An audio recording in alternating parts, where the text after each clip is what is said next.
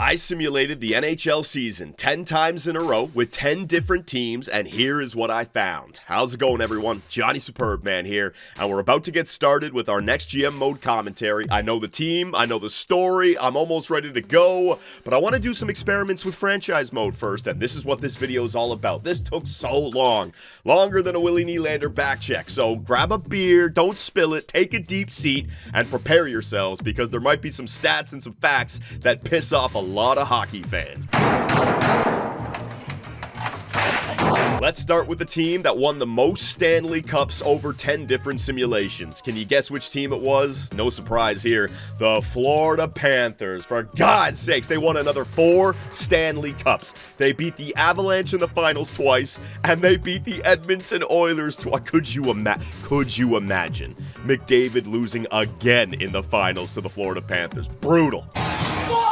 The Colorado Avalanche were the best team in the West. They made the Cup final 3 different times, but unfortunately for them, they lost it each and every single time. First to the Tampa Bay Lightning, revenge for 2022, and then another 2 losses to the Florida Panthers. Nate Dogg, my boy, you can join Connor McDavid as superstars that can't get by the Florida Panthers. And on a side note, that Mikko Rantanen trade looking worse and worse every day. This guy's such an idiot here. When we take a look at the East, the state of Florida won the conference 9 times out of 10. I mean, this is ridiculous. 4 to the Panthers, and they won the Stanley Cup each and every single time. 5 to the Tampa Bay Lightning. I mean, I gotta just join the Snowbirds and fly down there in the winter, buy season tickets. I mean, what the fuck? Season tickets, here I come! When it comes to the regular season and the President's Trophy, once again, the state of Florida. They won it 8 times out of 10. 4 for the Lightning and 4 for the Panthers. And when you take a look at their lineups, it makes all the sense in the world. They have the goaltending, Bobrovsky, Vasilevsky. They have the forwards that are studs, but also they have line mates that give them those X factors, which give them chemistry. They simulate well with one another. They have the blue line. They have the depth. They have everything. They just go off and they torch the league, man. Hey, ref, you can call this thing now and we can all get home in time to see Melrose.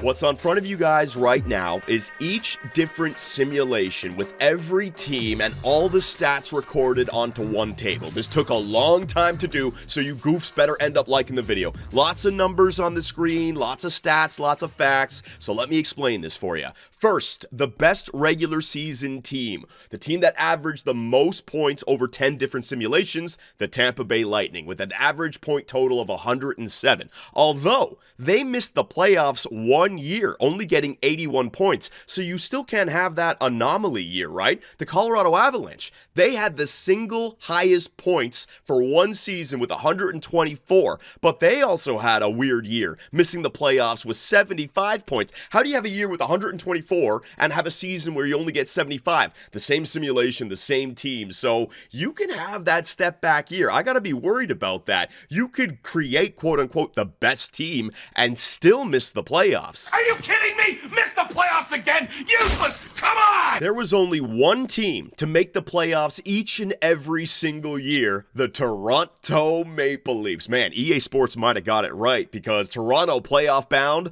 but not a Stanley Cup to be found. They only went to the final once, and guess what? They lost in Game 7 to the Winnipeg Jets. I mean, all-Canadian final, that's kind of nice, but another Game 7 loss for Toronto? I can't handle it, man. They lost 5 Game 7s over 10 years. They never won a single one of them. They lost to Florida and Tampa 7 times, man. Enough! Brad Marchand, you fucking asshole! Every year! The Chicago Blackhawks had the single lowest point total in 1 year over 10 simulations with only 56 points, but they still made the playoffs 3 different times. I'm telling you, man, if the Chicago Blackhawks, who dominated the 2010s, 3 Stanley Cups, go through a rebuild, get Connor Bedard, and all of a sudden turn themselves into a dynasty again and start winning before any Canadian team can win, it's just not fair, Canada. Patrick Kane has scored the goal! Big surprise for me with all these different simulations was that every team made the playoffs at least once. There was no goose eggs, and I really thought there would be some teams that just didn't make it in. Calgary, they made it in 5 different times, 5 out of 10 with the team that they have, with the season that they're having. The Islanders, the young Islanders, or are they the old Islanders? I don't know. I don't know what they're doing over there. At least they got rid of Lou. They qualified 3 different times, and the Buffalo Sabres, I mean, the worst franchise in the NHL, they made it in 3 3 times. Hey, Buffalo, is this the year? Can you finally end the drought? My God. Here's a feed out in front to Carcillo and a save made. Rebound score!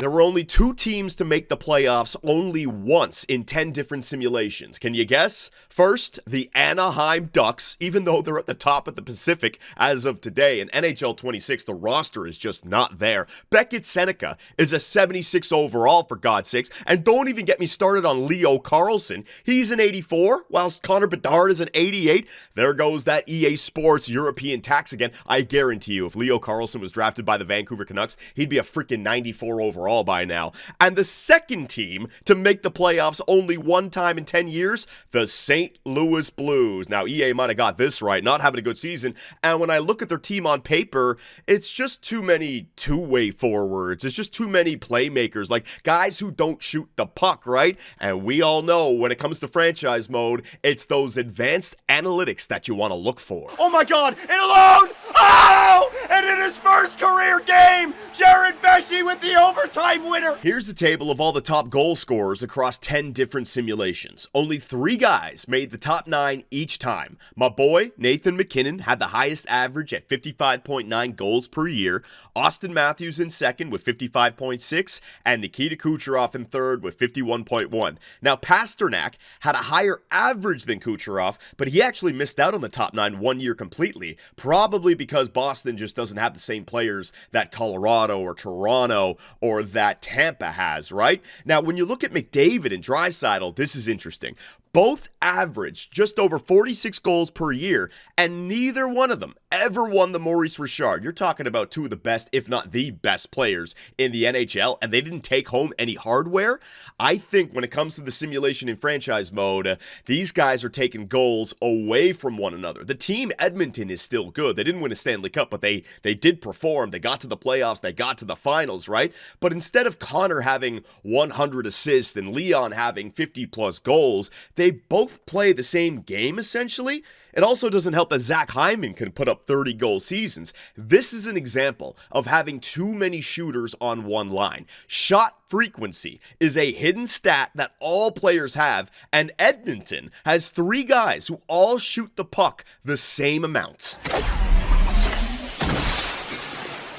What a shot. Let me prove my point about shot frequency. Here's a table of all the top assist guys over the 10 sims. These players all have a much lower shot frequency, and so when you pair them with a volume shooter, you get those magical seasons. Braden Point stands alone on this list, making the top 9 each year. His shot frequency, 11 out of 15. Basically, the higher the number, the more they pass, the lower the number, the more they shoot. This is why Nikita Kucherov was 3rd for goal scoring. Yeah, he's got a great overall, but he's got Braden Point to pass him the puck. This, and they also have Victor Hedman, who's got a great offensive awareness and passing category. How about Nathan MacKinnon, who is the best goal scorer? Who does he get to play with? Cale Makar and Martin Necas, who's actually very similar to Braden Point with that shot frequency, right? Austin Matthews, he's got William Nylander to pass it to him, and even though Willie can put up 40, maybe even 50 goal seasons in this game, he's a playmaker. He's only going to get 25, but man, he can pass the puck. And even Morgan Riley, who is no Victor Hedman or Cale Makar,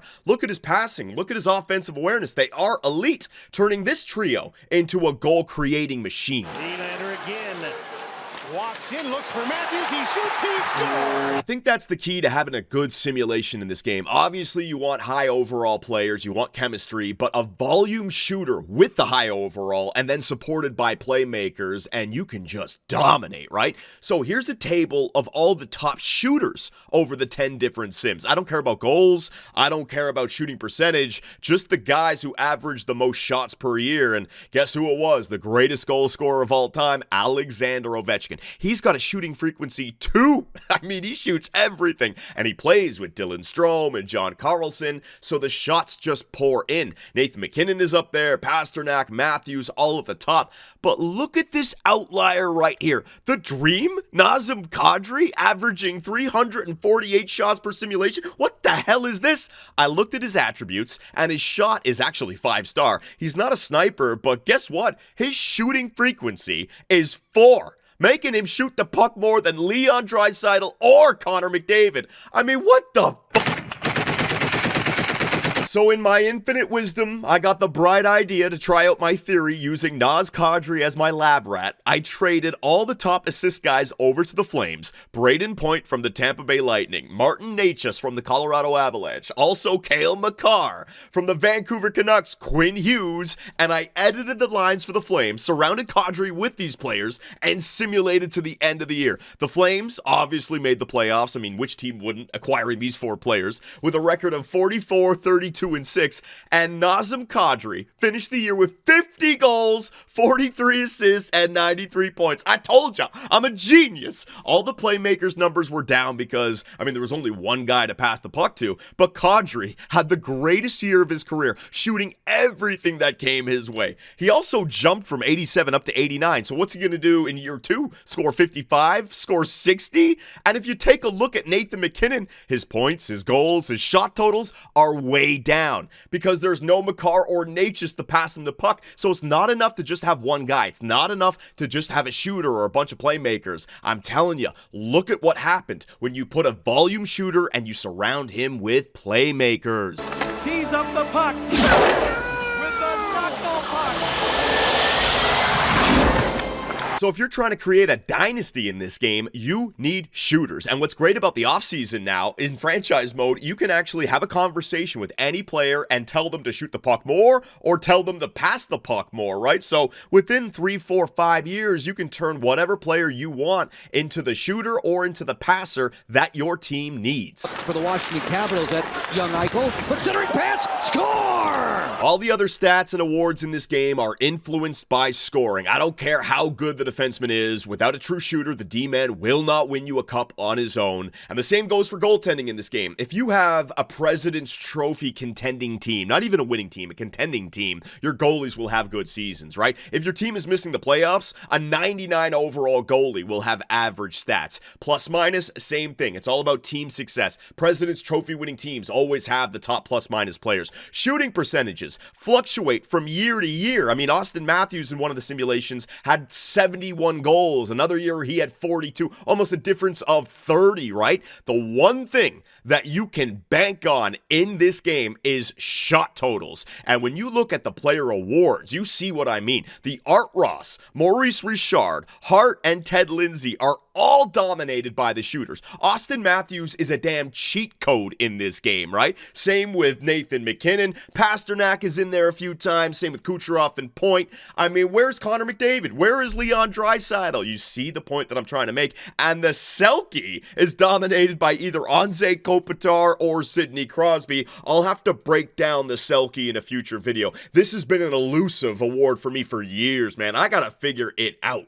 And that's how you play real defense. So I simulated the 25-26 NHL season 10 times with 10 different teams, and that is what I found. The state of Florida will continue to dominate the East, whether it's the Lightning or the Panthers, just like in 2020, just like in 2021, 2022, 23, 24, 25, and now upcoming 2026. Awesome. McDavid will get close to the Stanley Cup, but ultimately fail once again with Edmonton, and more than likely fail against those Florida Panthers. Toronto will make the playoffs, but will lose in Game 7. St. Louis is crap. Boston has got to rebuild. Islanders are terrible. San Jose needs Gavin McKenna. And Anaheim was done dirty by EA Sports.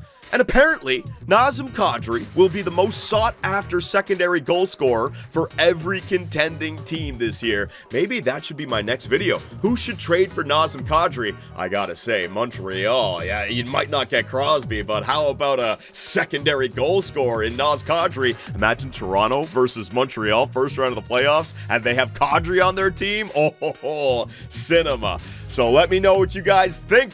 Thanks for watching, and I will see you all next time.